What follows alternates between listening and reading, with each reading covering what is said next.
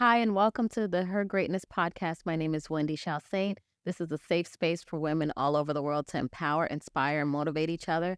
Today, we have an amazing individual, someone who knows family, life, therapy, and counseling all too well.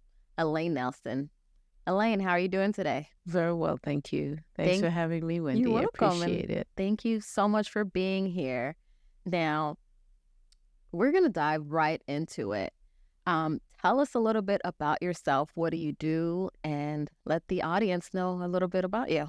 Well, I am Elaine, originally born and raised in Jamaica, moved to this beautiful country and took advantage of some of the resources that are available. Mother of two, wife, and a licensed mental health counselor and a registered marriage and family therapist.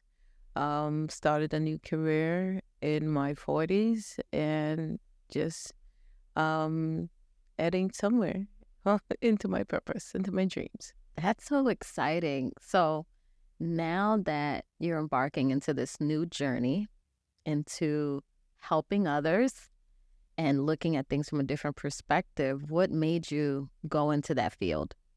Did you always have a passion for it? No, not at all. I was raised, as I said, born and raised in Jamaica, and I always thought I was going to be a dentist. Oh, really? That was my dream, to be a dentist. And that inspiration came out of just growing up in that country where the resources for dentistry was not there. And a neighbor that I love and fell in love with, she was a dental hygienist, and I just admired her. And I said, I want to be like her. But then I kicked it up a notch. I want to be able to help the children, because so many of us children in Jamaica, we lost our tooth, or where we could not, if we had the dental care, we would not have lost them. And so I looked at that, having moved to this country, I was like, you know what, I really would like to do that. And I'd like to go back to my country and other countries and just give back. But I did pursue it. I came into this country. I was a young mother as well. How old were you? I moved here just before my 20th birthday. Wow. So your kids were born in Jamaica or in the U.S.? In the U.S. Nice. So a young mother, and then you ended up moving to the States. What was the reason? Did you have family here? Did you want better opportunity? Well, yes and yes. So I grew up as a child who loved art, and I drew just naturally. I just started drawing from a young age, and my mom's sisters noticed that and wanted to sponsor me to the U.S. So the process took about 10 years. Oh, Yeah. 10 years to get you from Jamaica to the U.S.? Mm-hmm. Oh The my immigration gosh. process is one that needs some, Yeah. needed attention, because they wanted me to get into the school system here. So they started the process, my aunt in Canada and my aunt in New York. Initially, the one in Canada was the one who wanted me to be with her. She had no children, and that was my Aunt Vion. Her name is actually Yvonne, but as a small child, I could not say that. So she's my Aunt Vion, and love her to the last breath that she took about 2 years ago. Yeah, so she was the one who noticed and, talked to my aunt in the U.S. and said, I think it's probably a better opportunity for her in the U.S. And so my aunt did the sponsoring. It took about 10 years, so from age 9 to 19, really, Wow. before the process came through. And so that's why I came to the U.S. Better opportunity, better education. They thought I would do well with that. That's amazing. So I know, coming from the Caribbean culture, Caribbean household, our parents have always preached to us the importance of education, whether it's becoming a doctor, a lawyer, a nurse, an engineer. That was always so important. So they saw the value in you and wanted you to have a better opportunity here. And when you got here, what was it like? So when I got here, it was different. So I was not very long gotten pregnant. So I came here in this country, um, starting out as a parent. Wow. Yeah. That So, must have been a lot maneuvering between being young, being mhm. a parent, and now you're somewhere brand new that you don't know where to start or what to do. So that must have been a scary moment. You took a leap of faith. On top of that, it must have been like, oh my gosh, where do I start? What do I do? Where am I going to go? And how do I provide for my child? So that must have been a lot for you. I can't imagine what your headspace, your mindset was like at that time. It was difficult. It was a difficult process because I had my son at age 20.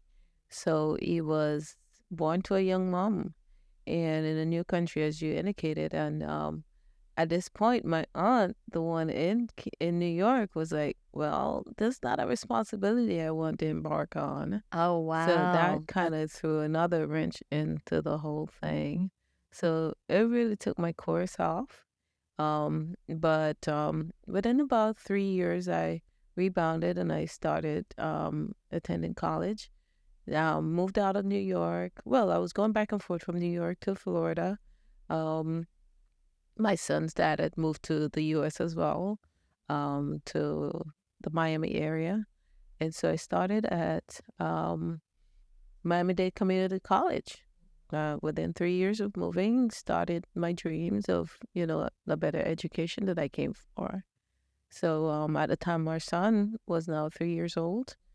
And so I took the opportunity and I started going back to school. I like the fact that you said you rebounded within 3 years because you probably felt like, you know what, I'm not going to let this stop me. I'm going to keep going. I'm going to build and I want a better life for myself and for my kid. And then you just didn't let it stop you because, many times we hear people that have excuses as to, I can't do this, I can't do that. And they let that negative mindset stop them from what they're trying to do. Now, I'm big on the importance of mindset. I feel like it starts from, that's the first thing. It starts from your mindset. Now, if you're constantly negatively saying, I can't do this, I can't do that, oh my gosh, I'm a young mother, society says I'm not supposed to make it, then guess what? You're going to be a statistic in a sense. But if you believe that you can overcome these obstacles and adversity, then odds are you can head down that right path. At least that's what I believe, right? I agree. What do you think is the importance of mindset? Oh, well, my mindset kind of started early. My mom was a single mom. I grew up as an only child. My mom and my dad separated when she was really pregnant with me, and so she raised me with with her parents and my aunts and uncles. They were really a big part of my life growing up, and one of the things that motivated me was not having a father. So I decided I'm gonna push through life. And then with my son coming, at the age that he came in my life, my age, and I'm like, okay, I'm gonna push to make sure that he has a father in his life. So those are some of the mindsets that I had. And growing up in the neighborhood that I grew up in Jamaica, I was in the inner city. Around me, there was a lot of dropouts out of school and all that, and I pushed towards going and staying in school. As a matter of fact, I was the ed girl, what they call more like a valedictorian here in the Oh, U.S. I was nice. the ed girl of my school. Awesome. I went to Holy Trinity High School, inner city, as I said, and what kept me from getting into certain companies was the mindset that I had that I'm gonna make it in life. And my family really loved me and I felt the love. Even Oh, though I did not have a dad, so to speak. That's a whole different story because my dad now, he's back in my life. And so um at the time, that was my motivation. I'm gonna make my mom proud because I saw all that she did. She was a very hard worker. She sometimes had two jobs, three. She had one job, but she was picking up other odds and ends, up to three of them per week, just to make sure it ends meet for us. and to provide you with the better life. That is so important because the fact that she gave you that love and that comfort that also helped with knowing the importance and the meaning of feeling loved. That also helps with confidence. It helps knowing that you're not gonna, let's say, accept certain things. She may have instilled a lot of things within you, and you watching her as a single mother, strong, independent woman, you probably aspire to be that. So that also connected you to wanting to be the same, if not better, so that you can overcome and take it up a notch and level up. Definitely. My mom was, A boss, a hustler. I always said she was before her time. She was before her time. That is my word for my mom. She was before her time because she showed confidence in me. I was not a child that was, knocked over the head by her. Yeah. I had freedom. She gave me autonomy, I would say. That's great. That's amazing, because sometimes we may grow up in a household where we don't feel loved from our parents. We don't feel love from our siblings, or we feel like we don't have anyone to talk to or anything like that. With you being the only child, and it was your mom, so she showed you that affection, that attention that, some people may not get at home, so they seek it elsewhere outside of that. And then that's when different direction and things may unfold and happen. Like, I love to say, growing up, my dad always told us every single day, "You're beautiful, you're beautiful, you're beautiful." That helped us, because by the time we got older, or even when we were in middle school, elementary, and some knucklehead boy is like, "Oh, you're so pretty," or this and that, we didn't just fall for that, because it started at home. And he instilled that confidence in us, which is important. And I love the fact that she instilled that within you, because then guess what? Then you instilled that into your children, and then eventually, your grandchildren, and so on and so on. I think that's awesome, because confidence will take you a long way, because then you're believing in yourself. You know that, your value, and you love yourself, and love starts from within. Love, self-care, etc., all starts from within, which is important. So it makes sense that you were able to transition into this field of being a licensed mental health counselor and registered family and marriage therapist. Right. And that's the part that we were getting to. So moving here and finding a church base. So I was attending a church down in the inner city of Miami, in the Opelika area. Oh, I know Opelika. Yeah. So that's where I was living, in the Opelika area, when I moved to Florida, and attending the church. And eventually, over the years, became the executive secretary for the church and my pastor, and serving in his office while going to school and trying to become a dentist. And being a mother and a wife, it was difficult. At that time, you got married? Yeah. I think we get married 4 years after. Nice. So that was like, bringing it into perspective. Yes. So then at that time, you were still a young mom. Young mom. Young wife. New country. And going to school. Yes. And trying to figure it all out. Yes. Wow. Mm-hmm. That is really inspiring, especially for some of our viewers that may be listening, because whether they're in a different country or in a different headspace, that would inspire anybody, because you didn't let anything stop you. You didn't use any excuses or anything like that. You did not stop. You just kept on going. And then you had that support system. Right. That's correct. I think that's awesome. That's correct. So in my pastor's office, what I noticed is that a lot of the people weren't getting the help they needed in terms of what are some things that are available in the community. The counseling, the resources, connecting them to different things were just not there or missing. So that's when I decided, I'm a change course. And so I did my undergrad in psychology. Nice. Yeah. And then from there, I went into counseling, did my graduate study in counseling, and did my exam, passed my exam, became licensed in the state of Florida. And yeah. Now, your parents must be definitely proud and I know your my children mom as well is. too. My aunt was. She was up until the day she passed away 2 years ago during COVID. Sorry to hear that. Yes, and she was so proud. I made her proud. That is a proud moment because she saw something in you and believed in that, and then you ended up creating the life that you wanted. Now, when it boils down to the life that you want right now, as you're a wife, a mother, daughter, professional, grandma, how do you find work-life balance, and what does work-life balance mean to you?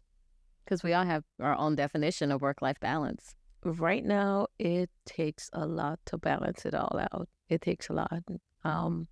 And I put family first because I cannot help anyone else if I am not first taking care of me. I say that so much. Oh my God, I'm glad that you said that. For sure, you're right about that.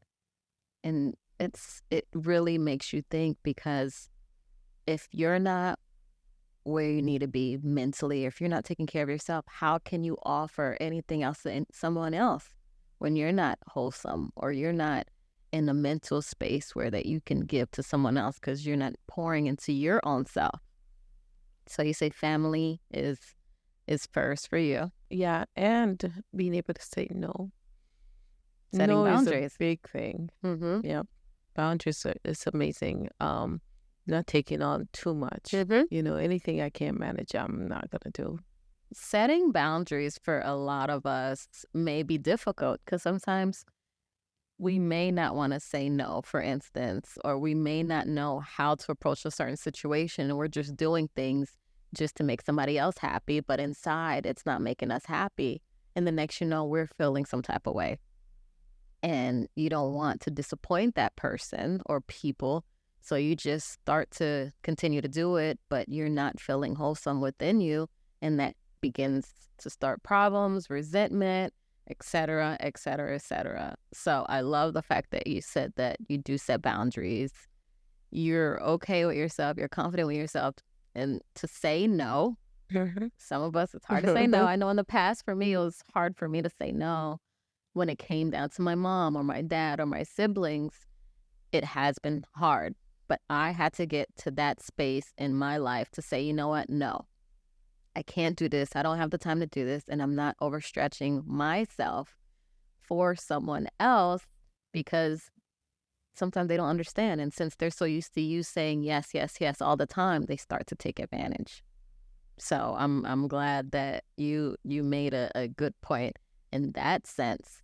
And how do you set boundaries with your grandchild? How do you do that? I don't think there's one yet. That's going to take some time for sure. Gonna take some time. I have not really set boundaries on him yet. And you know what? That'll happen over time. What about with your children or your kids? Oh, they're boundaries. They're boundaries, even though there are times when I want to, upend my own boundaries, but I try to keep them in place. It's not a lot. Fortunate for me, my children, they're really, really good kids. And so they understand the need to not be needy. So I don't get that neediness from them, that they're constantly wanting this, that, or the other. So boundaries for them, setting boundaries for my children is not hard. It's not hard because their needs aren't great. Definitely. So to speak. They're really self-sufficient children. They get the independence from you. Yeah, they're really, really independent children. They've been from birth. I think that's so to good. speak. They've been really independent. I used to call them my dishwashers, and without a plug, and the mop without the Yeah. and that because they had. The bottom line is training them early, to do for themselves. So how do you do that? Like, I've always heard when the baby is in the crib and they're crying. Okay, do you always pick them up, or do you let them cry? Let them cry. You let them cry. And I always heard that helps them to, for them to be a little bit more independent. Yeah. Funny, and my son and my daughter, they will tell you, our son and our daughter, they would tell you different stories of learning to be independent. For example, they had their rooms, they had their beds, and they just weren't allowed in my bed any day of the week, Mm-hmm. because I needed my rest. Mm-hmm. My husband needed his rest, so it wasn't a thing they're not sleeping with us. Mm-hmm. Unless they're sick. But outside of Oh, that, no. So they would tell a story, and I'd come find them in the morning, laying on their pillows outside my bedroom door because I locked them out. see, that's setting boundaries. And then they understood. You And then stay in bed and stay yeah, in your bed because mom needs some rest, dad needs some rest. I could not have them in my bed every day. definitely. Yeah, so they learn early. You got to start them early. Learn early. Now, when it comes down to you being a wife and you being in this field and also a mother, how do you juggle the married life? How long have you been married now? It's coming up on 30 years. 30 years. So you've been married pretty much for almost as long as I've been alive. Wow. Like, what's the secret? What's the key? um, Is it more about communication, relationship, boundaries, trust, God? Like, what keeps a 30-year marriage going? it's all of that and more. And I think the most important is God, really. The most important is God. And, I thought about this because I knew it probably would have been a question that would have came out. And one of the things to marriage, and we have not had a perfect marriage. We've had instances where we're close to being divorced, and one instance in particular that we were right there, contemplating going our separate ways. And I What year was that? think that was somewhere about 2010, 11, 12. Those 3 years was really A hard. test. A test, Mhm. yeah. And so one of the things that I thought about this morning, while getting ready to come over for this interview was when one person wants the marriage to work and they're fighting, it will go and go and go. But when that one person decide I'm finished, Mhm. the marriage breaks up if the next person does not want it. That's true. So that's something that first time I thought about it this morning, and I recognized that's what happened in our marriage. I know I kept pushing because of God, because of my roots, because of my upbringing. I was raised in the church. I got baptized, I think, at age 12 or 13, one of those.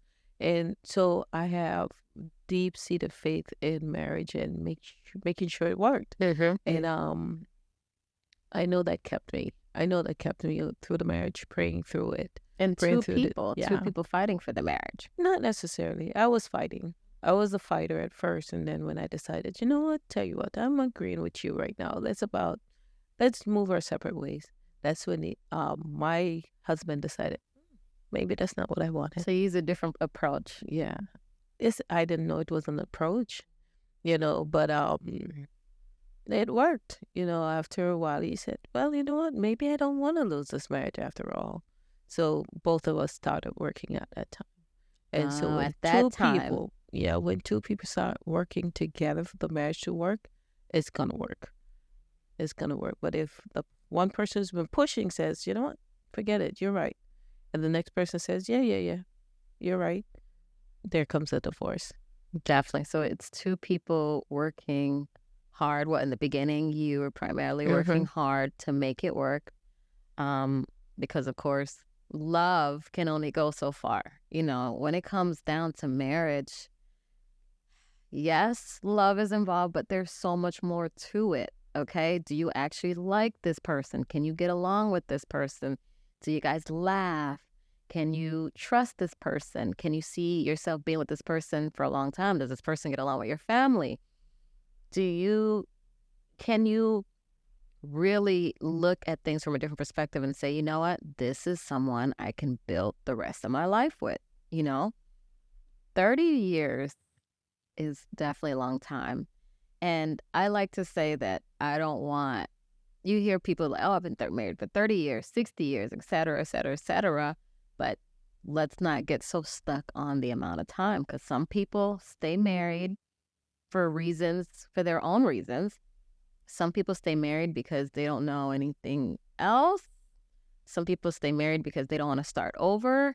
Some people stay married because they may not, I guess, in a sense, not believe that they're worthy of someone else or having the love that their heart desires. There's hundreds of reasons why people remain married.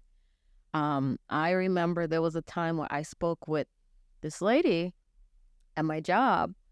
This was years ago, many, many years ago. And she said, she's like, I've been married for 45 years and my husband has never helped me around the house. I was like, well, what do you mean? She's like, he's never, ever helped me around the house. She's like, literally a year ago, he finally started helping me around the house. And she was like, it was so much for me.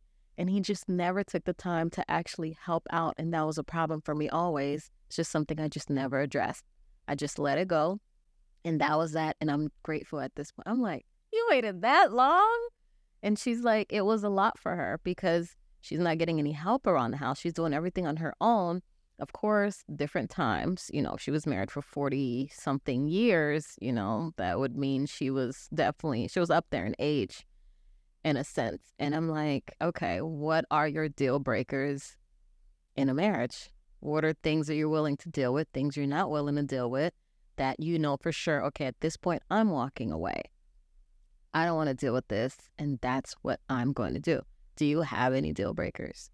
Deal breakers for me right now is, at this stage of my life, would be cheating. Yeah, it's a deal breaker. At this, I'm over 50 years old, and you look great. I would have never thought that you were in your 50s. Yeah, I'm not. No, it's okay. I'm at the place where if that should occur now, I'm not gonna. It would be too much for me to handle. Yeah, and that's perfectly fine. We as women all have certain things that we would rather deal with and others would rather not. For me, finding peace is so important. I don't want to constantly be stressing myself over things because at this point, it's not like back in the day where you just, okay, a man brought home the bacon, did this, did that, woman stays at home and take care of the kids or anything like that. It's different now because we have our careers, we have our finances in order, we have our degrees, we have things like that. We can pretty much fend for ourselves in a sense. And that's different. The married rate, divorce rates are, oh my God. At this point, the rates are super, super low, right? And some people I've spoken to said that they don't believe in marriage anymore. And I believe in it. I believe in love. I love love. And I feel that, what's meant for you is for you. And through prayer, belief, work, and do what you need to do, depending on what it is. Now, if it's other things like it's abuse and stuff like that, definitely don't recommend that, definitely exit out of that situation. But no, I definitely feel you 100% on that for sure. Yeah, because they tap into trust. And I don't want to start building trust again. Yeah. Yeah. I mean, 100%. It taps into trust and, respect and all of that. So it's a whole different ballgame. Different ballgame. And when no trust, you have nothing. Because then now it gets to a point where you're like throwing it in their face and you're bringing it up. You're feeling some type of way. You're up, you're tossing and turning in the middle of the night. And you're just like, I don't want to live like this anymore. I want to have that peace in my life and I deserve that. And that's where we're at. I'm all about peace and positive vibes only and just really digging deep within myself to find that and just not let anyone get me out of character anymore at this point. And that's what it's all about. 100%. Now, you're in the field. Yes, I am. So you witness and you see so many different things. What advice? And it's you're looking in the lens from the outer, going based off of what they're telling you, and you're being the neutral party. Sometimes, sometimes I can't imagine being in your field because you're sitting there and you want to say, "Look, girl, go, leave him," or to the guy, "Yo, she is a red flag." But being the neutral party and you're there, you can't really say that. Can't say anything. Like, I can't imagine how difficult that may be because it's like you're trying to help them for whatever reason that they're there to seek help from a professional. But I wonder if sometimes when you get home, you're like, damn, I wish there was something more I can say or do. Do you ever get to that point? When I get home, Mm-hmm. I don't think about it. I'm home now. That's one of my boundaries. Oh, I'm so you home just now. like kind of just zone that out. Have to. But how did you get to that point? Because sometimes we take work with us home. It's seeped in a couple of times. It's not a 100%. You don't take home work, but it's not a norm. For me, it's not a norm. There's just some things that I have to leave at the counseling table because I cannot take it in with me to my private, life. It's too much.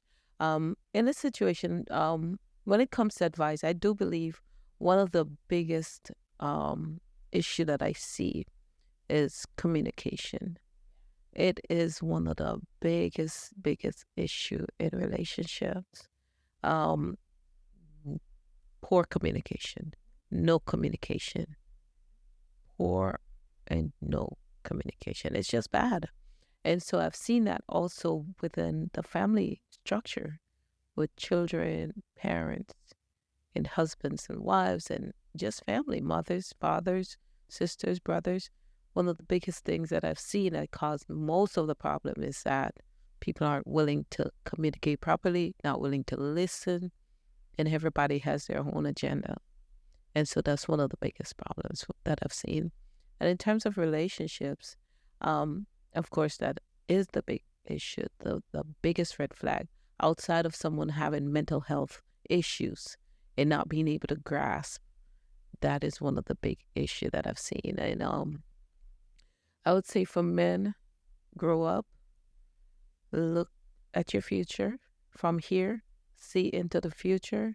Because what I notice is that, in particular for men, they don't look past where they are. So they don't see that 15, 20 years from now, you're not going to have the same thing that you have right now going for you. The body breaks down, and from head to toe, it does break down. And you're not going to have this 15, 20 years after you've walked away from your marriage.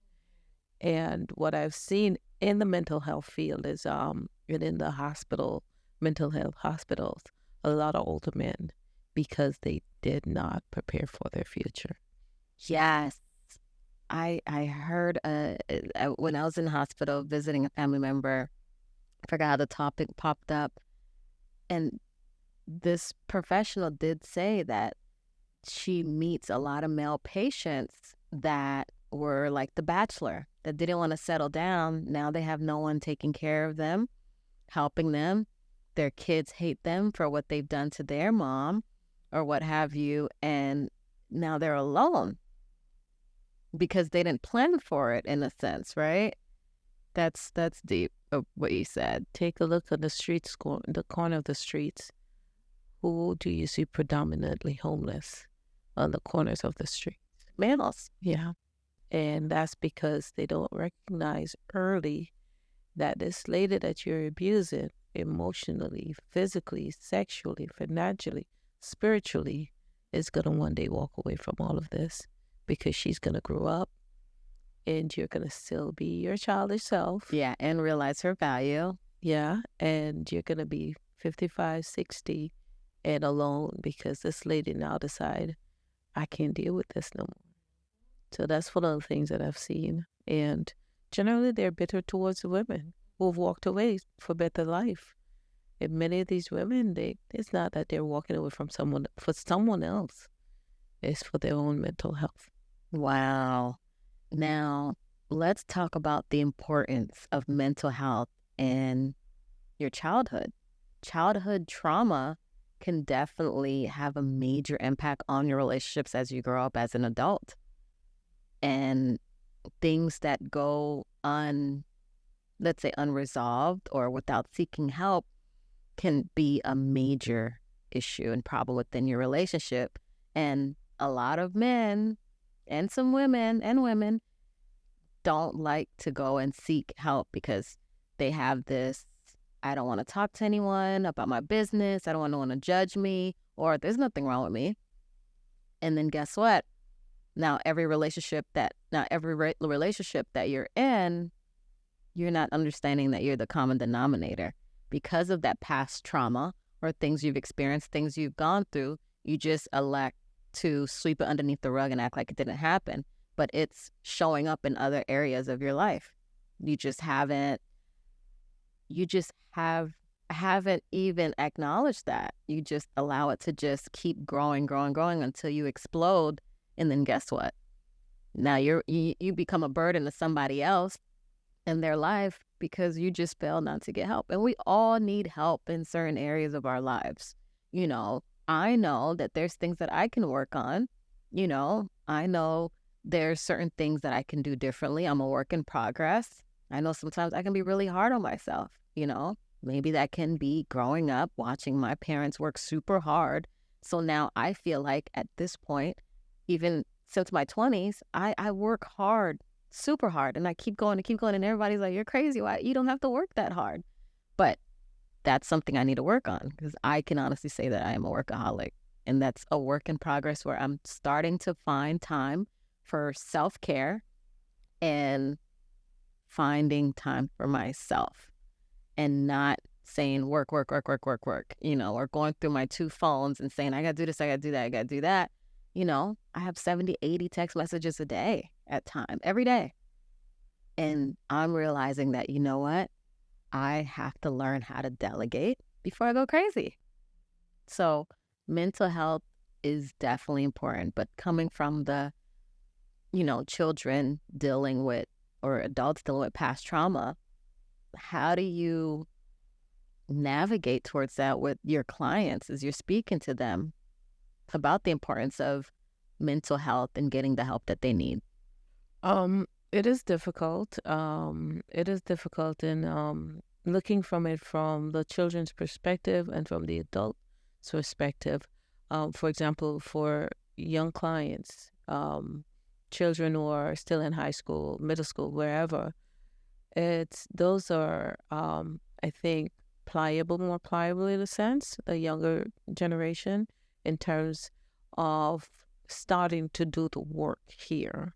And one of the things I must applaud the parents who are taking the initiative to get those children the help that they need. And the school systems who are recognizing there's something going on here. Let's send this child to the counselor to see what's going on and do some follow-up. So that is really, really good, having those children deal with the trauma here and now. Because I'll just talk about some of the things that I've seen. Like, for example, I've had clients who are now about to graduate high school, heading into college, going away to college, and they're dealing with the trauma of things that have happened throughout their childhood. The parents who have abused them, the father who were missing, and just the different things, the sexual abuse, the verbal abuse that some of these children have experienced. And so dealing with that and going out, now they're heading towards college, and some are suicidal, and they don't know how to deal with the world that they're going in. And this is usually a time when you see the different mental health issues starting to manifest in young adulthood children now going off to college. More now than ever. More now than ever. And one of the things I'd really encourage parents to do is get the children those help even before they go off to college, because it makes a lot of difference for them to start going to a professional therapy session with therapists and talking about the issues, knowing that it is an area where they can be totally open. It's complete privacy. The only time a therapist will inform anyone about what's going on with this child is if they're imminent danger to themselves and to others. Those are the only times that we have to report the parent. Outside of that, they can talk to us about anything, no judgment, and get the help they need. And I've seen in one particular case that I was doing my internship at the time. I was at a particular church doing my internship.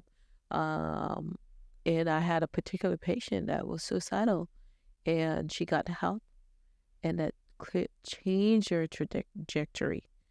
Going off to college, changed it, and some of the things that she held on to, and that's some of the things that we should bring out to the public. Some of the things that young people hold on to is just that they need someone to process it with. They need to process through it. What I've also seen in the older adults, like say between age 25 to 30, that has experienced these kind of chronic trauma, these things that are continuing, they still have the same parent. They still have the same people, of even uncles or aunts or anyone who has caused them these trauma. They're still in their lives. What I've noticed is that for those patients, those clients that are older, it takes a little bit more. Sometimes they need a referral. There are different modalities, different therapy processes that they may need to help them to get over, to get past. And it takes time. It takes time because any kind of post-traumatic stress is very difficult to deal with. The PTSD